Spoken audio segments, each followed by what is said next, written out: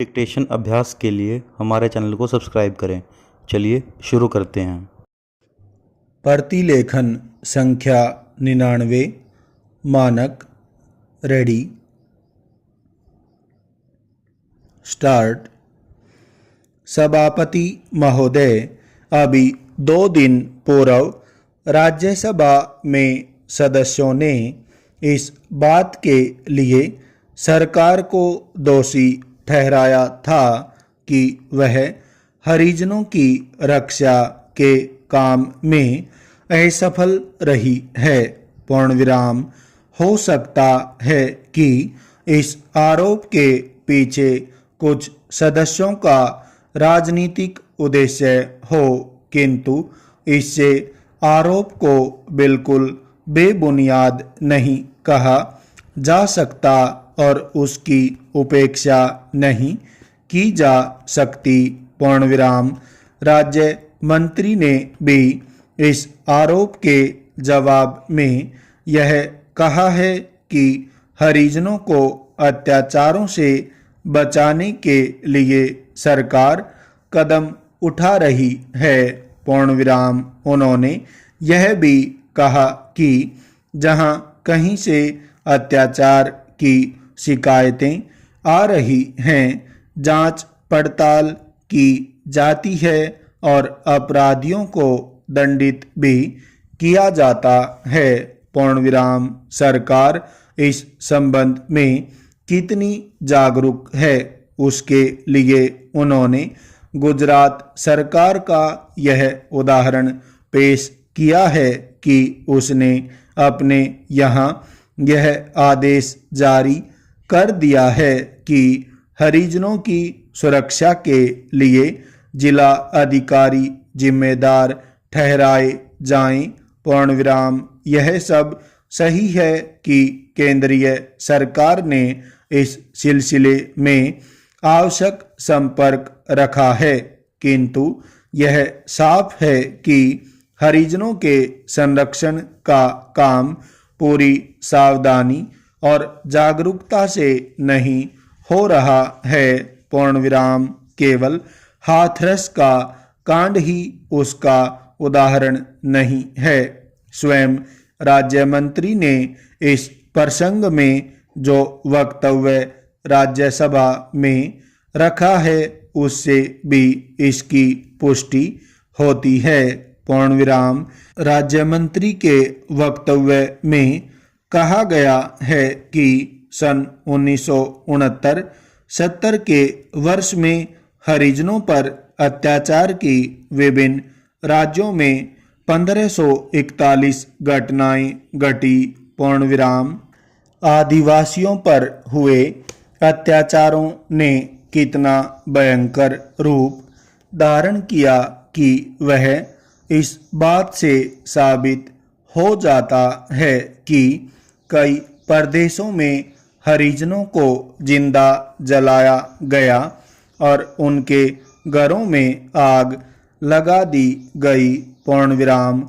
शेष मामले ऐसे हैं जिनमें या तो उनकी जमीनों पर कब्जा कर लिया गया था, उन्हें अन्य प्रकार से अपमानित किया गया। पूर्णविराम। इनमें मारपीट, बलात्कार आदि भी शामिल हो सकते हैं। पूर्णविराम। वक्तव्य में राज्यवार ब्यौरा दिया गया है और बताया गया है कि किस राज्य में कितनी घटनाएं हुई। पूर्णविराम। क्या इसके बाद भी हरिजनों पर अत्याचार की सत्यता में कोई संदेह रह जाता है? पूर्णविराम। वक्तव्य में यह भी बताया गया है कि सरकार ने इन मामलों के सिलसिले में क्या कदम उठाए। पूर्णविराम। पर यह सब गिनाने से तब तक कोई फायदा नहीं जब तक यह सिद्ध नहीं होता कि हरिजनों पर अत्याचार की घटनाएं अब कम हो रही हैं। पूर्णविराम। फिर बहुत से मामले ऐसे भी हैं जिनमें कोई कानूनी कार्रवाई नहीं की जा सकी।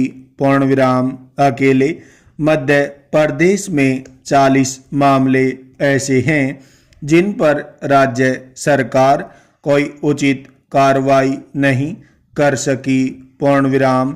ऐसी सूरत में अत्याचार करने वालों का हौसला बढ़ेगा तथा हरिजनों का प्रशासनिक जागरूकता से विश्वास खत्म होता जाएगा। पूर्ण विराम। हरिजनों पर अत्याचार को रोकने के लिए कानून हो सकते हैं, परंतु इन अत्याचारों से यह स्पष्ट है कि एक तो उन कानूनों की बहुत परवाह नहीं की जाती और दूसरे पुलिस एवं प्रशासन दोनों उन पर अमल करवाने के लिए बहुत सतर्क नहीं है। पूर्ण विराम। पुलिस के संबंध में तो यह आरोप लगाया गया है कि किन्हीं मामलों में पुलिस की मिलीभगत से अत्याचार हुए हैं। पूर्ण विराम। कुछ भी हो, यह बहुत चिंता की बात है और इसे रोकने के लिए तुरंत जोरदार कदम उठाए जाने की जरूरत है। पूर्ण विराम। यह सही है कि केवल कानूनों के जरिए हरिजनों के साथ भेदभाव एवं अत्याचार को नहीं रोका जा सकता। पूर्ण विराम। उसके लिए समाज में एक आवश्यक चेतना पैदा करने की जरूरत है। पूर्ण विराम। लोग यह समझें कि हरिजनों के अंदर भी वही खून है जो उनके अंदर है। पूर्ण विराम। इसके साथ ही साथ सरकार यह भी करे कि जिन कारणों से ये अत्याचार होते हैं उन्हें हटाया जाए।